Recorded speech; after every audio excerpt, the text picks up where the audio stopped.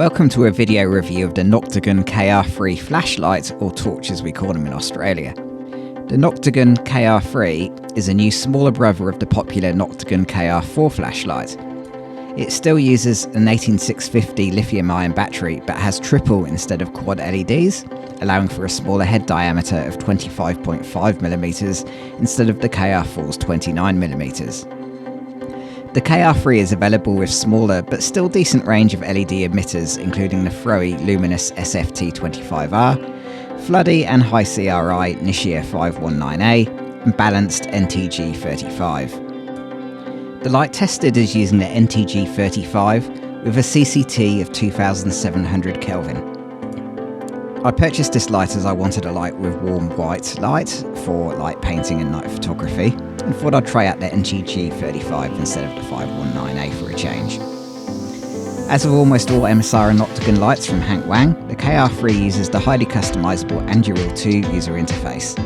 This is loved by most flashlight enthusiasts, but can be cumbersome for non-tech savvy users. The light arrived in advanced UE, and this allows lots of clicking, customization for auxiliary lights, ramp brightness, mode memory, stepped or ramping brightness, smooth steps, number of steps, post-off voltage display, and thermal management.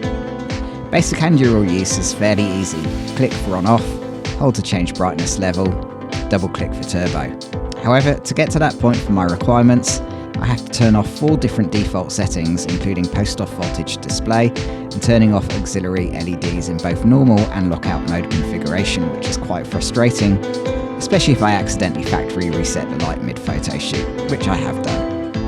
For light painting photographers such as myself, having adjustable strobe frequency is very useful. Since the Light Painter Reuse V2 was sadly discontinued, Anduril 2 flashlights are the only option for light painters wanting adjustable strobe frequency in a non-RGB flashlight. Strobe brightness is however fixed. As accessing strobe from off is tricky, I always select the strobe speed, then save it to either momentary or tactical modes.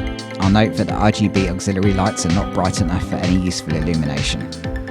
Anduril is a fantastic user interface as long as you're prepared to take some time with customizing the settings. There is also no USB-C charging, so dedicated chargers need to be used. This may be a good thing as it puts off less tech-savvy users.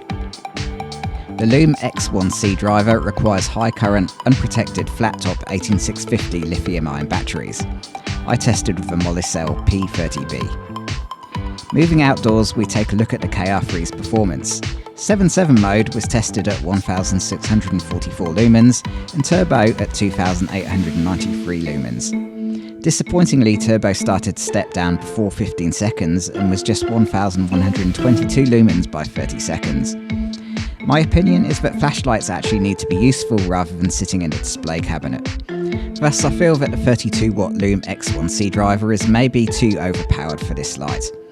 I much preferred the longer sustained turbo on the older 8A boost driver that was found on the KR4. On the good side, sustained brightness throughout the rest of the runtime is excellent for a light of this size at 478 lumens for most of the runtime. And due to the efficient driver, runtime starting on turbo was just over 2 hours. For light painting, I often use momentary and tactical modes where thermal management is disabled. This avoids the annoyingly fast step down, but also requires awareness of rapid heat buildup. The NTG35 LED is designed to have a rosy magenta tint. This was measured at -0.0059 DUV on 5.7 mode, which is close to sustained brightness. CCT is close to the specified 2700 Kelvin. CRI is excellent at around 98 RA. The rosy tint may cause white balance issues if used with more neutral or green tinted flashlights for photography, though so far that hasn't been a real world issue. The beam profile is what I would call a general purpose beam with good throw, but also a wide floody spill beam. It's also around double the peak beam intensity of the 519A version, but completely outclassed in throw by the low CRI SFT25R. Overall, the KR3 is a fun, compact flashlight suitable for tech-savvy flashlight enthusiasts with a good choice of LED options. It's not suitable for those who want a simple-to-use flashlight or don't understand the safety implications of high-powered flashlights. Whilst the KR3 is more pocketable than the KR4, I think I actually prefer the KR4 due to the higher thermal mass. I hope you found this video useful. If you want to see more, please like and subscribe and check out my website. Thank you for watching.